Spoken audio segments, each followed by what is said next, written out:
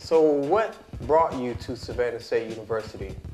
I came to Savannah State on a football scholarship. I had a few different offers from various different schools around the state of Georgia and out of town. And Savannah State was talking about the most money, so I went ahead and came to the College by the Sea. All right, and you came out of Cross Creek High School located? In Augusta, Georgia. All right. Top athlete there? One of plenty. Okay.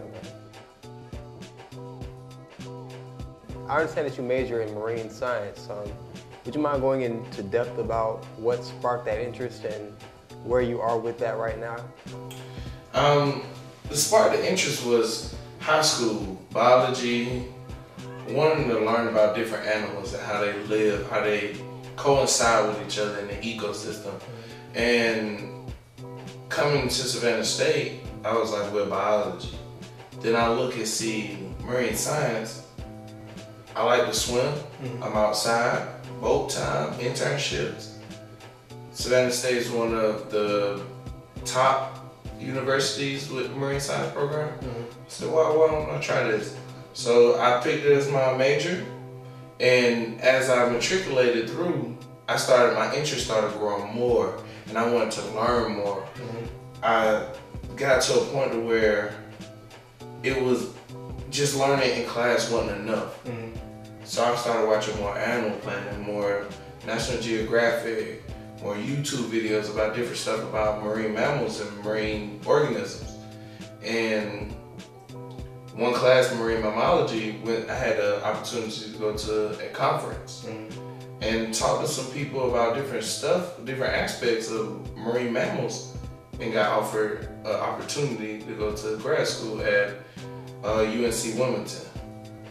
So in a nutshell, Savannah State has helped me a lot with marine science, and I'm about to graduate in December with my bachelor's.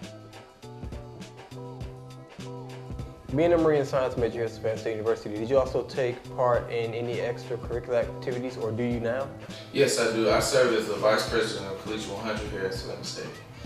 All right, and what exactly is Collegiate 100? Collegiate 100 is a son to the 100 Black Men of America. We have a 100 Black Men here in Savannah also. The organization was built on 4 pillars: economic development, health and wellness, education, and mentorship. We do different programs to uplift the Black male in the community and here on campus. We have various different programs that we put on. In the spring, we have a gala, scholarship gala, where we give 3 or 4 different high school students a scholarship to college. We do our pageant for our queen. We give one of our 3 queens a $1,000 scholarship. We do different programs to give back. We also just started last year doing a spring cookout. Just basically a day for the student body to come enjoy themselves, have something to eat, play some games, hear some good music. Sounds like a good time. Yes, a real good time. I was the head of that program for last year. I also understand that you all do mentoring programs, and recently there was a mentoring program going on at a few of the schools in this area. I believe the name was Talented 10. Yeah, can you tell me a little bit about that? Well, the Talented 10 is basically a group of young men that we help teach different attitude changes. We help them with the schoolwork. We bring them out to the campus. They hang out with us for a day. They come to the games. We teach them life aspects of what a man is. Well, the group we're working with right now, that I'm working with right now, is at Hurd Elementary. Ivan is my mentee. Ivan works so hard in the classroom, but Ivan needs that figure to help him, to push him more. Role model. Yeah. Yes. And Ivan's one of those students where if he's not getting praised, nobody should. So we're working hard, we're working real diligent, and I'm seeing the outcome of him starting to pull back from that. And he's accepting that if you're doing the right thing, you're not always going to be praised. It's expected, it's not what you want, it's always expected of you to do good. And his grades, benefit, of course. Yes. And his grades is doing better than what they were. He's a smart young man. We taught him how to tie ties, And Ivan was the first one to do it on his own. And then next Friday when we came back, he brought his tie from home and tied it again, just like I had taught him the week before. What you tell them? Everybody, every chair in the organization. Okay. Seems as if you had quite an impact on this young man named Adam. Yes. Sounds like you're a busy person around and off the campus. So are you employed? Like, how do you procure an income to take care of the necessities here that you deal with here at Savannah State University? I currently am an RA. This would be my 4.5 year being an RA here at Savannah State. All right. So as an RA, like, what exactly do you do? Basically, we oversee the building. We serve as mentors to the kids. I work here in the freshman dorm, so I'm the first face that they really see and get to know here on campus. They come to me with various problems where I might be having a problem with this class. I might be having a problem with this teacher. Briscoe, who do I need to go see? I'm having family situations. I don't know if I can stay here anymore. Briscoe, can you please help me and guide me in the right direction? I give them my opinion, but I also tell them, I say, it's your decision at the end of the day if you're gonna stay or go. But I feel like you came here to better yourself, so why run home into situations when you can stay here and better yourself and help the situation at home in the long run?